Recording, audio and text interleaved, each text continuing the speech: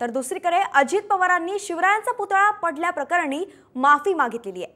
छत्रपती शिवाजी महाराजांचा पुतळा कोसळला यावर सखोल चौकशी करून कारवाई करणार असल्याचं वक्तव्य उपमुख्यमंत्री अजित पवारांनी केलंय।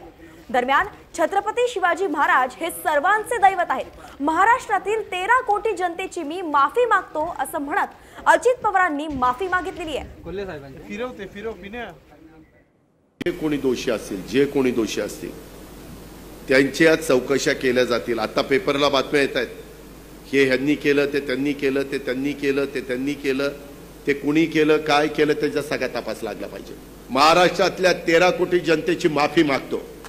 यामध्ये जे कोणी दोषी असेल ते कुणी असू द्यात, वरिष्ठ अधिकारी असू द्यात, खालचे असू द्यात, कॉन्ट्रॅक्टर असू द्यात, तो कॉन्ट्रॅक्टरला तर काळ्या यादीमध्ये टाकला पाहिजे।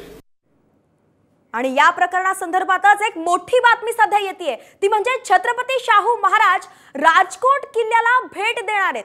शाहू महाराज घटनास्थळाची पाहणी करणार आहेत। आपण पाहतोय की छत्रपती शिवरायांचा राजकोट किल्ल्यावरील पुतळा जो आहे तो पडल्यानंतर अनेक राजकीय नेते या ठिकाणची पाहणी करून जात आहेत। त्यातच छत्रपती शाहू महाराज सुद्धा राजकोट किल्ल्याला आता भेट देणार आहेत।